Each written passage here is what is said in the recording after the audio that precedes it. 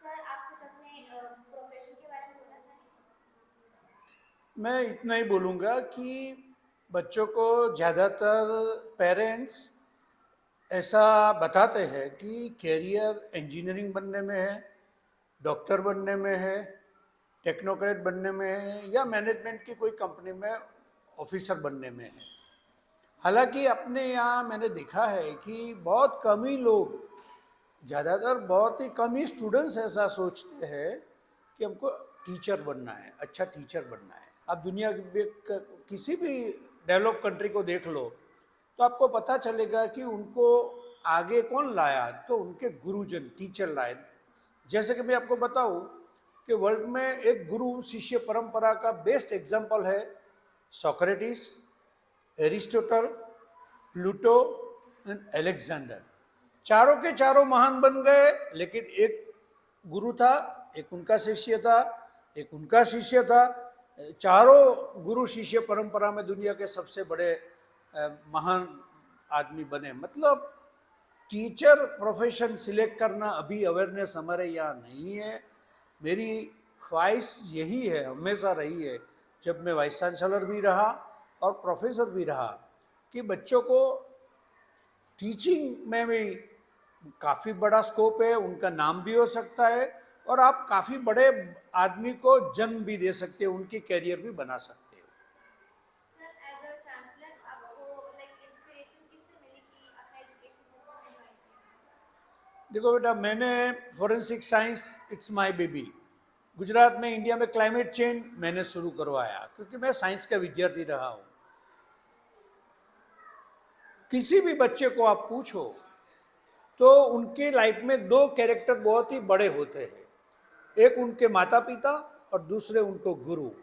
माता पिता उनको जीवन जीने का सलीका बताते हैं और गुरु जो होते हैं, मतलब उसका जो गुरु होता है, वो उनको जीवन जीने का एक रास्ता बताते हैं।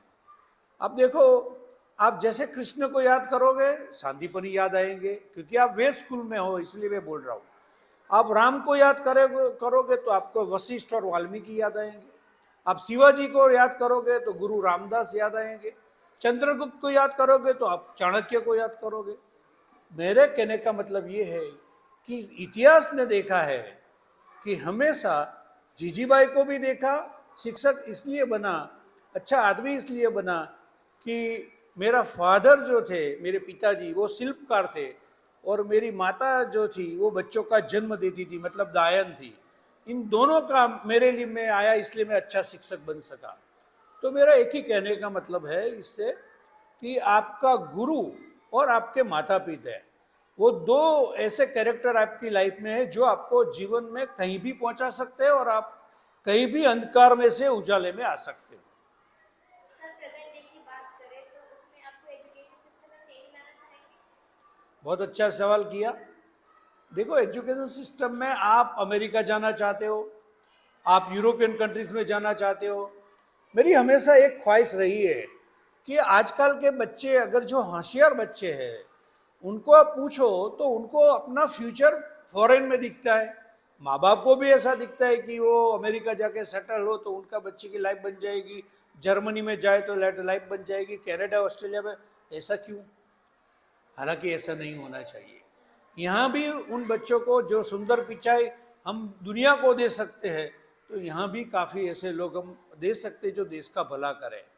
तो मैं ऐसा मानता हूँ कि एजुकेशन में हम ग्लोबल कंपटीशन करें, एक ऐसा एनवायरनमेंट खड़ा करें कि हमारा विद्यार्थी, आजकल मैं देखता हूँ टीवी में, तो अमेरिका में कंपटीशन होती है, कई डांस की होती है, कई थिएटर एक्टिविटी की होती है। वहाँ जाके हमारे बच्चे काफ़ी अच्छी टैलेंट दिखाते हैं। हालांकि मैं ये देखना चाहता हूँ कि नॉलेज में, कंपटीशन में अपने बच्चे खूब खूब आगे आए। आजकल आप देखते हो कि आर्टिफिशियल इंटेलिजेंस का ज़माना है, 21वीं सदी ज्ञान की सदी है। इस सदी में अपने बच्चे ग्लोबल माइंडसेट रखे और ऐसा अपना एक परफॉर्मेंस बताए कि जिससे आने वाले समय में भारत के युवा पूरी दुनिया को चलाए और अपने देश को भी गौरवान्वित करें। सर एज अ स्टूडेंट कभी आपको ऐसा कोई ड्रीम था कि आपको चांसलर बनना है? देखो बेटा, मैं पहले तो मेरी मेरी तीसरी पीढ़ी टीचिंग लाइन में है। मेरे ग्रैंडफादर के फादर टीचर थे। तो मेरे दिमाग में मैं इंजीनियरिंग में गया, मैं पढ़ा और फिर वापस आया। मेरे फादर ने पूछा ऐसा क्यों, मैंने बोला मेरे को टीचर बनना है। I left my engineering and I join teaching profession. फिर मैं टीचिंग में क्या बन सकता हूँ, क्या कर सकता हूँ, वो सोचा। तो धीरे धीरे मैं, क्योंकि मेरा सब्जेक्ट फिजिक्स रहा है, तो मैं इसमें से प्रोफेसर बना, फिर प्रो वाइस चांसलर बना। फिर मोदी जी जब गुजरात के सीएम थे, मैं करीबन 8 साल गुजरात यूनिवर्सिटी के वाइस चांसलर रहा। तो वो हाईएस्ट पोस्ट थी।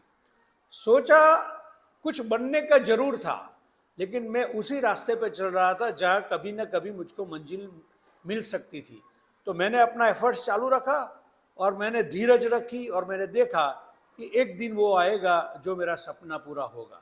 तो मैं भी आपके माध्यम से बच्चों को बताना चाहूँगा कि आपको जो भी बनना है वो आप सचिन का लड़का सचिन नहीं हो सका है, अमिताभ बच्चन का लड़का अमिताभ बच्चन नहीं हो सका है।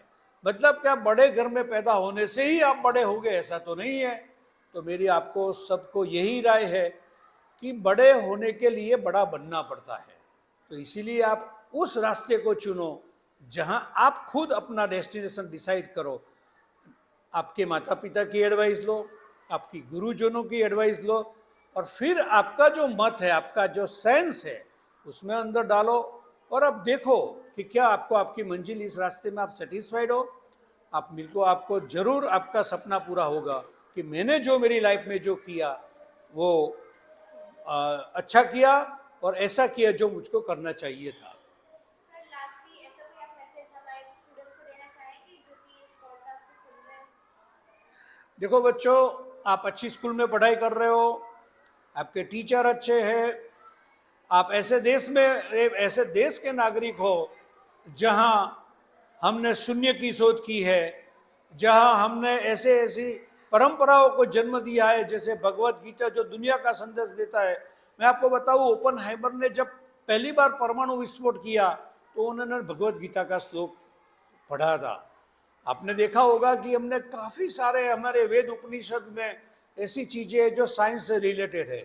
हमने आध्यात्म में काफ़ी आगे आए, खगोल विज्ञान में आगे आए, मैथमेटिक्स में आर्यभट्ट का आपने पढ़ा होगा। तो आप उसी देश के नागरिक हो जहाँ काफ़ी हिस्ट्री हमारी रीच है। तो आप ऐसी स्कूल में पढ़ रहे हो जहाँ आध्यात्मिक, सांस्कृतिक और एआई के ज़माने में टेक्नोलॉजी के साथ सर्वांगी विकास आपकी स्कूल कर रही है, जो मैंने देखा है। इसका लाभ उठाओ, अच्छे स्टूडेंट्स बनो, अच्छे मित्र बनो, माता पिता के अच्छे संतान बनो और आने वाले समय में ऐसा एक भविष्य को लेके चलो कि आपकी स्कूल को आप पे गर्व हो, आपको देश को आप पे गर्व हो, और आप ऐसी मंजिल को चुने जहां आपका और सर्व का मंगल हो। धन्यवाद।